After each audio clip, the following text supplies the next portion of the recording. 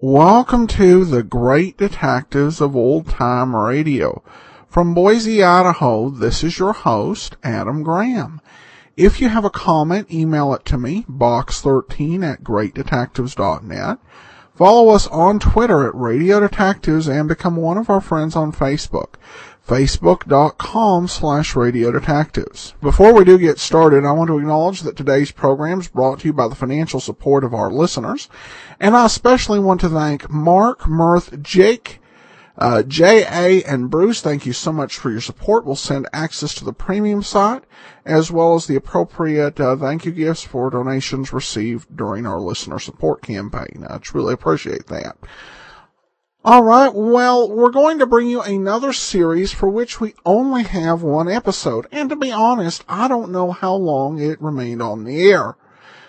Though it couldn't have been too long, as 8 months later, its star was auditioning to appear in another program. The title of the program was Here Comes McBride, and it starred Frank Lovejoy, who 2 months before had ended his run on the Amazing Mr. Malone after 2 years in that character, with the series being pulled and replaced with Pat Novak for Hire, which we'll hear on Tuesdays in just a few weeks. Here Comes McBride was from a series of books by Cleve Adams.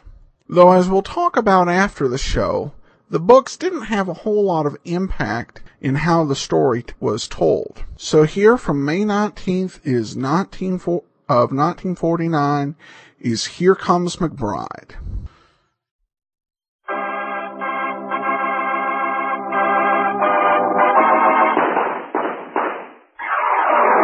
Here comes McBride. Necklace insured for $100,000 stolen from Beverly Hills residence of Cyrus Chandler.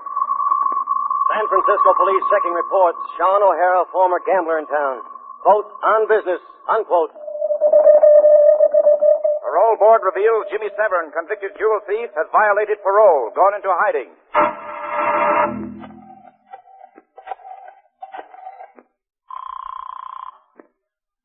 Police Department. Hello, my name is McBride, Rex McBride.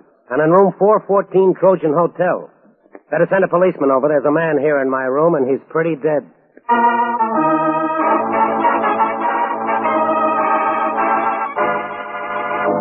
Out of the pages of Cleve F. Adams' popular novels, NBC presents an exciting new detective series. Here Comes McBride, starring Frank Lovejoy.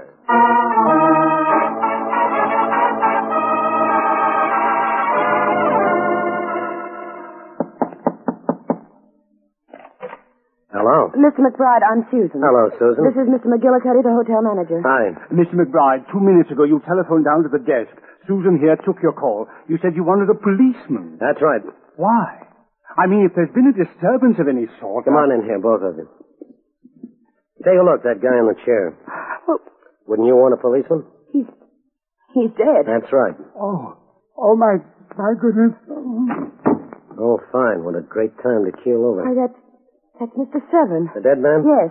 Who's Mr. Seven? Mr. Seven in 514. Well, look, he isn't in 514 now. He's in 414, and 414 is my room. That's what I wanted to see the policeman about. Maybe better sprinkle a few smelling salts on poor Mr. McGillicuddy here. Oh, my, I almost forgot. Mr. McGillicuddy. Mr. McGillicuddy. Well, don't just stand there. Get some water for him. Not me. I've already got fingerprints on the doorknob, the light switch, and the phone. That's enough. All right, I'll get it myself. You say this dead guy lived in 514, huh? That's directly over this room? Yes. Mm-hmm. Okay, you better stay here and give McGillicuddy a little artificial respiration. I'm going upstairs and take a look. Where do you think you're going? Well, upstairs, if it's all right with you. It isn't. Well, that's too bad. Now, suppose you keep your big nose out My of... big nose belongs here. Police. Oh. Well, my mistake, Captain. Your mistake again. It's Lieutenant. Lieutenant Orsatti. That's your room you just came out of? Yeah. And it's also the room Where the dead man is. Yeah. Come on, mister. As soon as we're through in there, I want to talk to you.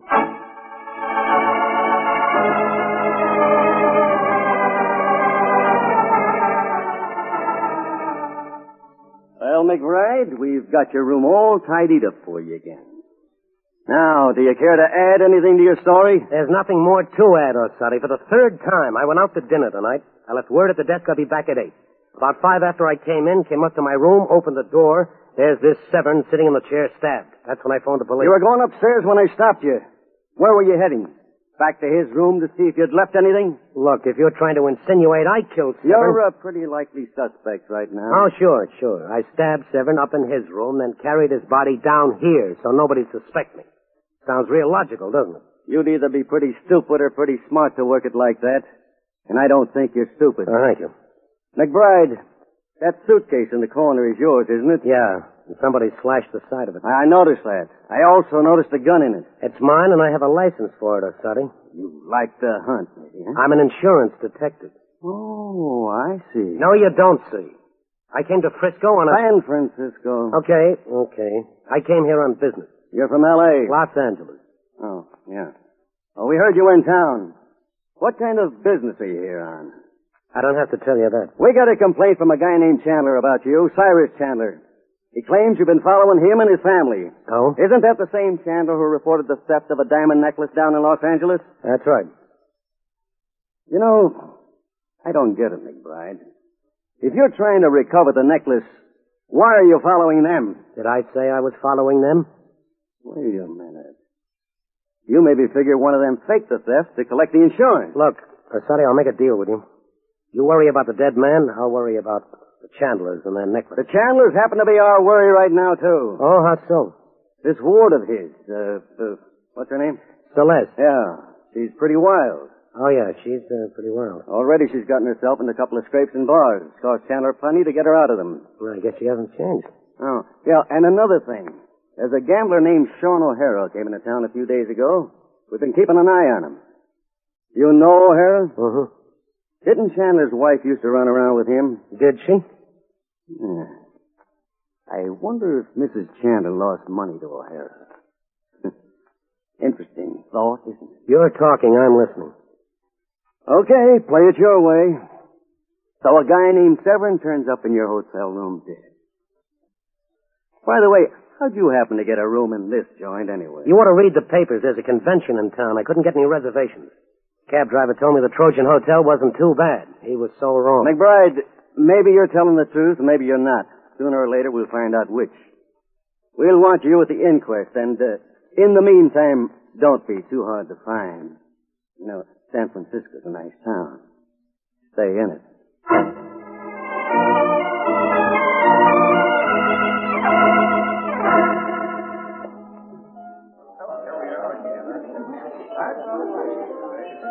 Isn't the Regis Roof sort of an expensive place for a poor struggling detective to take a girl to dinner, Mr. McBride? Expense account, Susan. Oh? What item do I come under? I think it's something. I'm sure you will. I could put it under special occasions, maybe. Isn't every day I find a dead guy in my room and meet you. No. Poor Mr. Seven. I'm afraid the Trojan Hotel is not a very nice place. How did you ever happen to get a job in a joint like that? Oh, I don't really work there. I'm just there part-time. See, I work for a bookkeeping service, and the Trojan Hotel is one of our accounts. As far as I'm concerned, the company can cross it off their list any time. Except Mr. McGillicuddy. I've always rather liked Mr. McGillicuddy. Yes, does he faint often? Oh, now that's not fair. He's just... Say, do you know that man over there? The stocky, gray-haired man at the corner table. He hasn't taken his eyes off you all through dinner. His name is O'Hara. Sean O'Hara. No? Who's he? Gambler and assorted other enterprises. You name it, he's done it. Sounds interesting. Oh, yes. He's that all right. I beg your pardon, Mr. McBride. Oh, yes, waiter? I believe you asked at the desk about a room at this hotel. Yeah. They told me no soap. You may have one now if you like. Well, I like, but how come? Mr. Sean O'Hare is turning his room over to you. Well, that's very kind of Mr. O'Hara. He wanted to know if you step over to his table for a minute. Okay, thank you. Excuse me, Susan. O'Hara must be quite a friend of yours. Yes, he must be. I had... Well, it looks like the party's complete. The Chandler family just came in. And who are the Chandlers? Oh, they're some friends of mine. I'll be back in a minute, Susan. All right. Excuse me, please. Thanks. McBride. Well, Mr. Chandler and Mrs. Chandler. This is a surprise. Mr. McBride. Hello, Rex. Like to buy me a drink? Oh, yes, later, Celeste. What are you people doing in San Francisco? Well, I don't know about the others, Rex. McBride, you deliberately followed us here. Who, me? I'm just here on a pleasure I trip. warn you, if you persist in your ridiculous suspicions that any of us take the theft of Mrs. Chandler's necklace, I'll... Your temper is showing, Chandler. Mrs. Chandler, Celeste, if you'll excuse me, there's someone I have to see. Sean O'Hara. O'Hara. Yes, Mrs. Chandler. Remember what I said, McBride. I'll be seeing you. Don't forget that drink, Rex. Yeah. Mm-hmm. So long now. Delilah, I'm not going to stand for this any longer. It is not my fault that he's following us, Sarah. Are you sure that it's us he's following? Well, hello, O'Hara. Sit down, McBride. I ran into an old friend of yours on the way to your table just now. Delilah Chandler. I saw her. Thanks for the room. I didn't give it to you for nothing. Yeah, I figured that. What do you want? McBride, you're trying to recover the Chandler's necklace. Where'd you hear then? I got big ears. Well, they don't show. Must be the way you comb your hair. So what about the Chandler necklace? You work for an insurance company. They'd be glad to pay a considerable amount of money to get it back. Maybe as high as $25,000. Those big ears are showing now, O'Hara. How'd you arrive at that figure? Never mind. Close, isn't it? Maybe. Trying to tell me you've got the necklace? I think you know better than that. But I might be able to put you on the trail of it. What do you get out of it? Simple, the $25,000. How about it? I don't know. Have to have some time to think it over. I can't give you much. 12 hours, maybe. That ought to be enough. Okay. Look, I'm running a little place down at the peninsula. It's an old house off by itself. You got a layout there? Small one. A couple of crap tables and a wheel. Here's the address. We'll be down there at 2 tomorrow afternoon. I think we can do some business. No, it could be. Well, I better be getting back to my table. See ya. Quite all right. Well, it's a good thing I didn't hold my breath for that minute you were gone. I'm sorry I took so long, Susan. That's all right. As a matter of fact, I had quite an interesting time. Oh? Those three people who stopped you when you got up from the table had an argument after you left them. The Chandlers? Mm-hmm. They seem to think you've been following them, and they were pretty mad about it. All except the younger of the women. The one with the funny eyes, light brown. Sort of like a cat. Oh, no. No, but I mean. And she also had... Well, they were strange eyes. Yeah, that would be Celeste. She didn't seem at all mad that you were following them. Yeah, that'd be Celeste. She's Chandler's ward. She inferred you'd been following her quite a while. You wouldn't have to follow Celeste quite a while. Oh, my. Here all this time, I thought you had brought me here to be with me. It's a strong union. They demand pleasant working conditions for us. You want to dance? Oh, it's sort of crowded. Why don't we go to my place? We could have a drink there. You know, I've got a stronger union than I thought. Come on.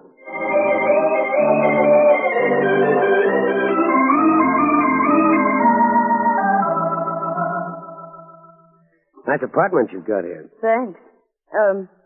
About the drink. What would you like? Hey, come here. Scotch? Or maybe bourbon. Keep going. You haven't come to it yet. That's enough. Sure you can't break that date tomorrow night? I don't know. It's with Arthur and... Arthur? Arthur McGillicuddy. Oh, you mean Fainting Freddy? I like Arthur. He's very nice. I'm sure of that. Well, I think I'd better fix those drinks. Have you got a cigarette?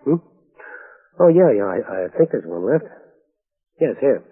You call that a cigarette? Where have you been keeping it? In your shoe? It's my last one. And I forgot to get any this afternoon. Rex, there's a stand right across the street. Oh, now, look. It's midnight. You're not going to send me out into that fog when it's so comfortable here, are you? It'll only take 5 minutes, and I'll have the drinks ready when you get back. Besides, I think you could use a little cold air anyway. Okay. I'll get the cigarettes, but I'll give you a clue. I don't think 5 minutes will make much difference.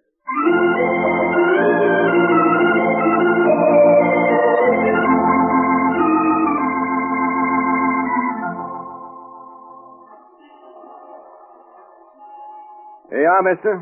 2 packs, 36 cents. Okay. Thanks. Real fog tonight, huh? Yeah.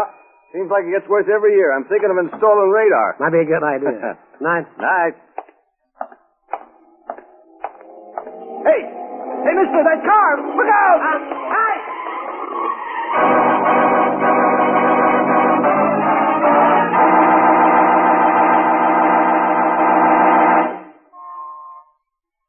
You feeling better now? Yeah, a little. Except my head. How long have I been out? Almost 15 minutes. I think you hit your head when you dove for the sidewalk. Yeah. That was really a close one. I didn't even see the car until it was almost on you. You know, guys who drive like that shouldn't be allowed out on a foggy night. You happen to get a look at him? No, he didn't even slow down. He was driving a green Nash, but I didn't see his face. Why? Oh, no reason. Thanks a lot.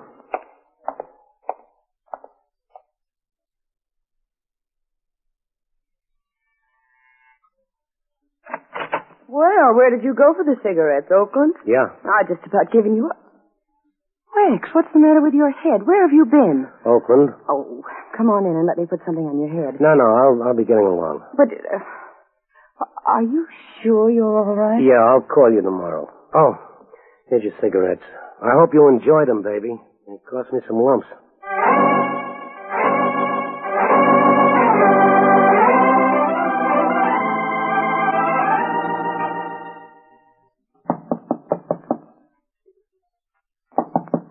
Okay. Well, Mrs. Chandler. May I come in, Mr. McBride? Isn't 8 a.m. a little early for tea? I found out you were staying here at the Regis. I just had to talk to you. Well, come in. Thank you. What's on your mind? Well, Mr. McBride, I know you suspect the theft of my necklace was arranged by one of us. Well, no. Well, as far as my husband and myself are concerned, it's not true. But as for Celeste, I'm not so sure. Oh?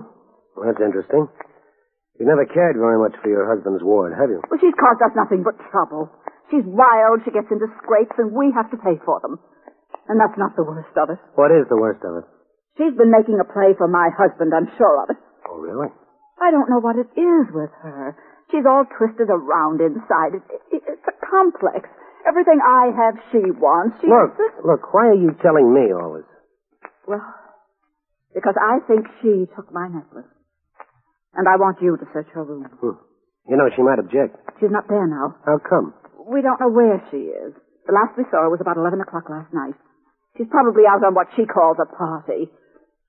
Please search her room. Well, I don't know. It means a lot to me. I mean, if it would help clear things up. Yeah, incidentally, you know anyone who drives a green Nash? Well, no, I don't. Why? Skip it. Okay, I'll take a look in Celeste's room. Have you got the key? No, but I can get it. All right. You go ahead. I'll stop by in about 10 minutes. Here, let me. Well, Mr. McGillicuddy. Oh, I beg your pardon. What are you doing in the hall? I came here to see you, Miss McBride, but I didn't know you were entertaining. Purely business, Mr. McGillicuddy. I'll see you in a few minutes, Mrs. Chandler. Yes. Come in, McGillicuddy. What's on your mind? I forget to pay my bill when I checked out of the Trojan? Miss McBride, perhaps I arrived at an embarrassing time, but I must say it confirms my opinion. What opinion? That's what I came to talk about. Susan has apparently taken an interest in you. Oh, good. Susan is a nice girl, Miss McBride. You may not be interested in that phase of her character, but she is a nice girl. I'm sure of it. I'm very fond of her. I've always thought that one day I'd ask her to...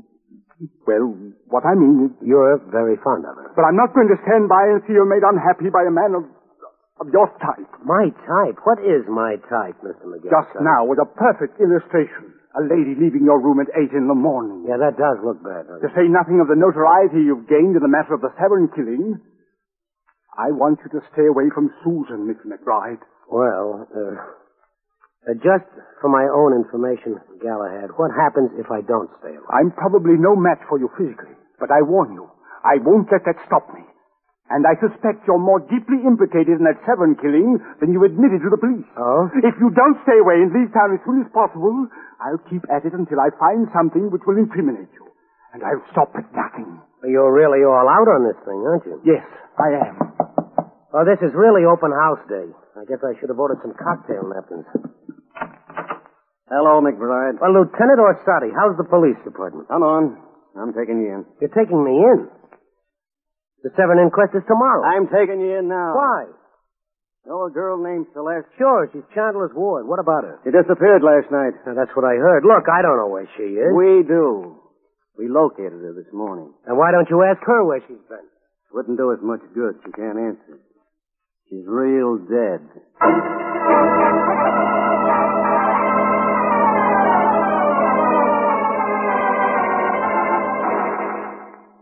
Look, McBride, you're going to stay right here in headquarters until you open up. You were after the Chandler's necklace. I still am. You figured Celeste had faked the theft, and that she had it. You knew you'd have to push her around a little to get her to talk. You pushed too hard. I told you once I didn't have anything to do with her death. I'll tell you again. I'll keep on telling you. Because it happens to be the truth. Hey, Lieutenant. What is it? This woman I want to speak. Why, Susan. What do you want? I just heard about the Chandler girl being killed last night. So? I understand the time of death was between midnight and 1 o'clock. What's all this got to do with you? Just that Mr. McBride couldn't have killed Celeste Chandler. He was with me all evening up until almost 2 o'clock. Well. Wait a minute. You willing to swear to that? Yes. You know what the penalty for perjury is? No, but I'm sure it's quite severe. How about it, McBride? You telling the truth? You heard the lady. Okay. I guess you can go then. Both of you.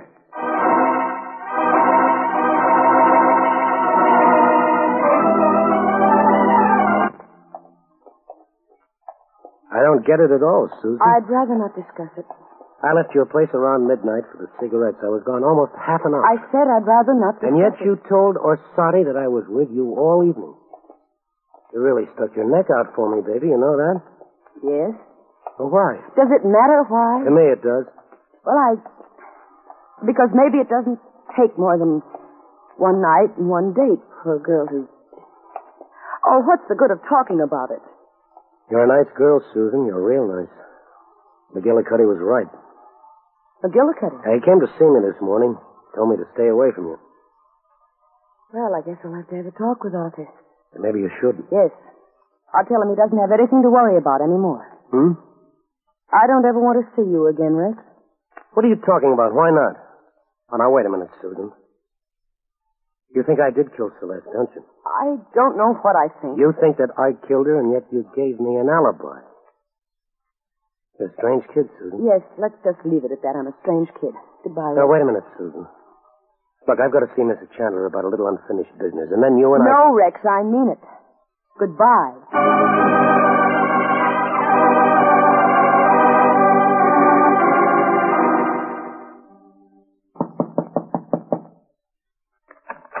Oh, Mr. McBride, I've been waiting for you. You said 10 minutes. I got detained. You still want me to search Celeste's room? Yes, more than ever now. They just told me about Celeste. If that necklace is in her room and were to be discovered by anyone else, there'd be a lot of terrible publicity. Yeah. Here's the key. I'll show you where her room is. All right. That's it. 216. You want to come in? No, I'd better not. I'll wait for you in my room. Okay, I'll check with you.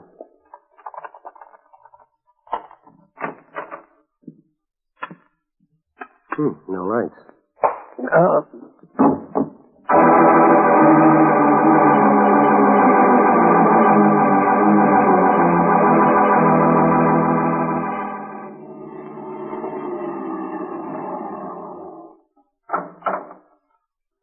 Okay, McBride, end of the line. Get out. Look, with a head like mine, I don't feel like walking. You don't have to walk far, just my front door. Who lives here? This is just a nice, quiet place in the country. You'll love it. Hello, McBride. O'Hara. Sean O'Hara, sure. I should have figured it. Sit down. Where's the necklace, McBride? Necklace? The Chandler necklace. I want it. You think I got it, huh? You're playing it really smart, weren't you? Celeste squares a gambling debt by giving me the necklace, and then she hires Severn to hijack it from my strong box. Severn, so his killing ties in after all. And you killed Severn and got the necklace from him. Okay. So you're a smart boy. Now let's have it. So it was Celeste who gave you the necklace. All along I'd pegged Mrs. Chandler. You're wasting my time, I McBride. should have spotted it. Mrs. Chandler used to run around with you. She told me Celeste had a complex about wanting anything to belong to her. You, for instance. You're a real deep thinker. So you can probably figure out what's going to happen to you if you don't turn over that necklace. When you came to me last night with your phony deal, you weren't sure who had the necklace. You decided to pick up Celeste, roughed her up trying to get her to talk, and you were too rough, she died. Yeah. Okay, Al. All right. Look, that's not going to do you any good. I don't have the necklace. Could go on quite a while, McBride. I tell you, it's not going to do you any good. You know something? It's not going to do you any good either. Okay, Al, go ahead. A pleasure.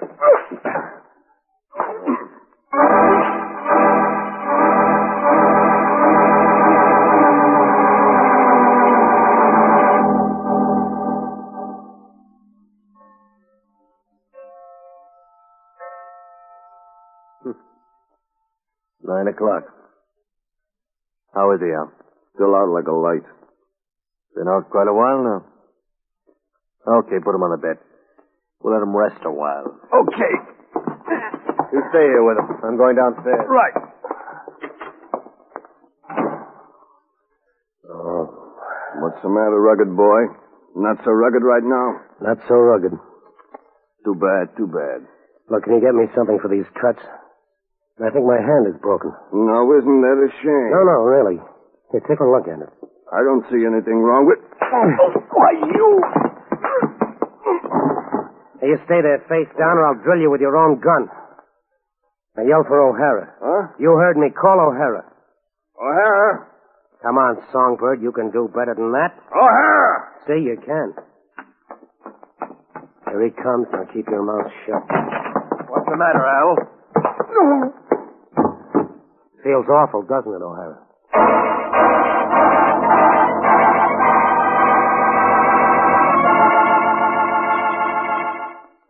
Well, Sonny, you've got O'Hara on ice. I think you can get the whole story of Celeste killing out of him. Yeah. As soon as I knew O'Hara didn't have that necklace, I realized that he wasn't the guy who killed Seven. If he had, he'd have gotten the necklace from him. So where does that leave you? With the guy who had the perfect opportunity to kill Seven and plant his body in my room. The guy who knew I wouldn't be back until 8 last night. McGillicuddy, the manager. Sure. He figured I was just a transient, so he thought he'd plant the body in my room. And he found out I was a detective working on the Chandler case, and he got worried. That's why he threatened me this morning and tried to get me to leave town. You know, McBride, you've got a very annoying habit of leading us to empty holes. What do you mean? A little while ago, I came up with the same idea about McGillicuddy. Right now, it's not doing us any good. Why not? McGillicuddy's disappeared.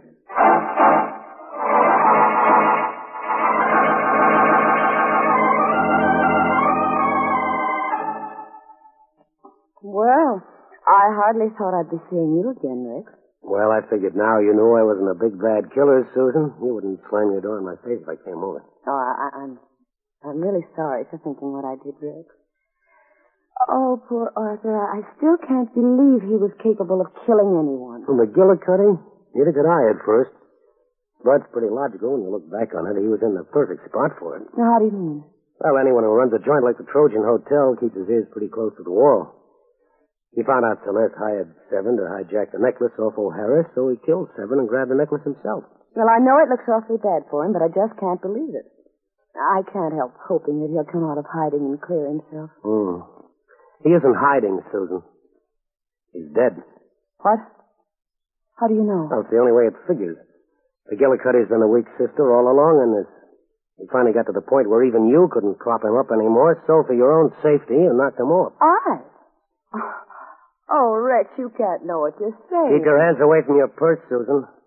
The gun isn't going to do you any good now.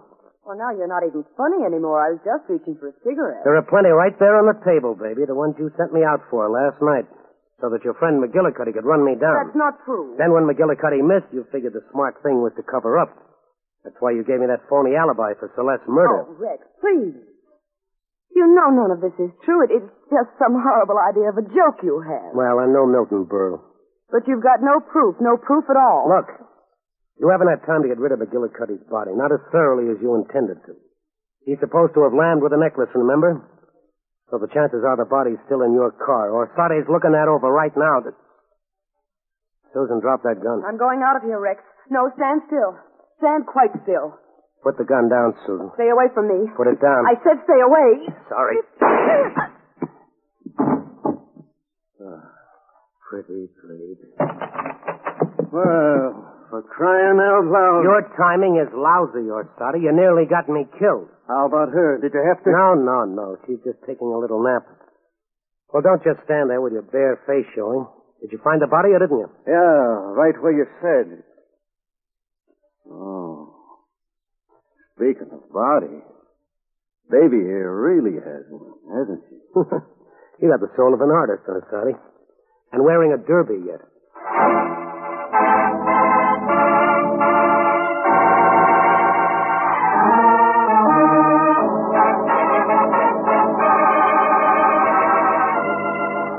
You have been listening to the first in a new mystery series, Here Comes McBride, starring Frank Lovejoy. The script was written by Bob Reif, based on the popular fiction characters created by Cleve F. Adams. The program was directed by Warren Lewis.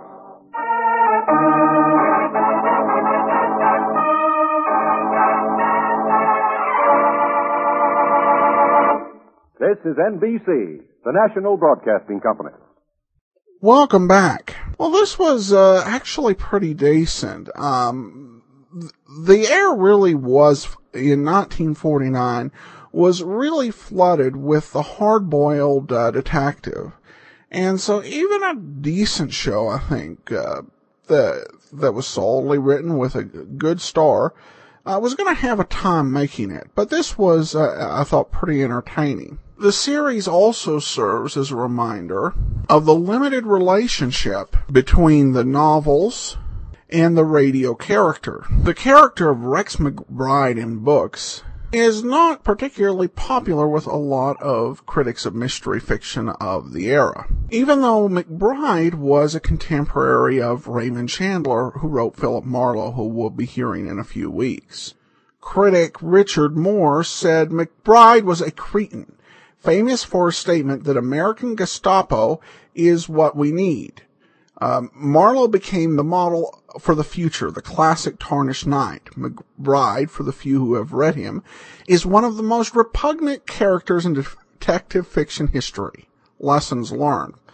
Well, to be fair, I should be clear that McBride wasn't calling for any sort of American Nazism, mainly calling for a secret police as powerful as the Gestapo in the midst of World War II. Not that that's not a bad thing, but just to be clear, we're not miscommunicating. However, over the radio, there's a limit to how cretinous a character can actually be. And certainly Rex McBride in this episode wasn't as antisocial or difficult as, say, Pat Novak, which tends to define kind of the outer edge.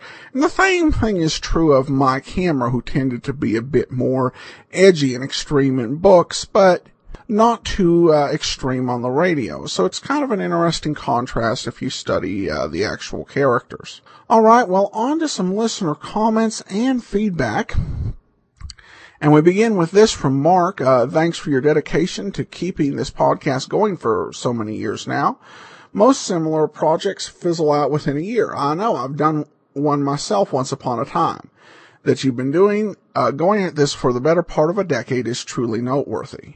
Well, thanks so much, Mark. And yeah, this is, I meant to mention it on the podcast, but March the 3rd was the 7th anniversary of the first podcast I ever did, related to old-time radio. I've done some political stuff, but that's an entirely different animal. And I think everyone supports really kept these going. Plus, I like to see things through towards the end. Growing up as a kid, I was the one who would never concede a game, and I would get upset if you tried to quit a game before everything was played out. I have this belief in the importance of finishing. With Dragnet and Superman, finishing is pretty easy. With this series, I think it's different. It's really, I think it's just everybody's continued support, enjoyment of the programs, plus the fact that there are more series that I can think of wanting to do that really keeps it going. And I, again, appreciate all your remarks. And then just a simple note from Mirth, who says, "Thank you. I've been listening to your show for a few years now, and it brings me great pleasure." Well, I'm glad to assist. And thanks so much. Appreciate everyone listening. We'll be back tomorrow with Nick Carter. Join us back here next Wednesday. We'll be back to Johnny Dollar on Wednesdays. In the meantime, send your comments to Box 13 at greatdetectives.net. Become one of our nearly 2,900 friends over on Facebook, facebook.com/Radio Detectives. And follow us on Twitter at Radio Detectives. From Boise, Idaho, this is your host, Adam Graham, signing off.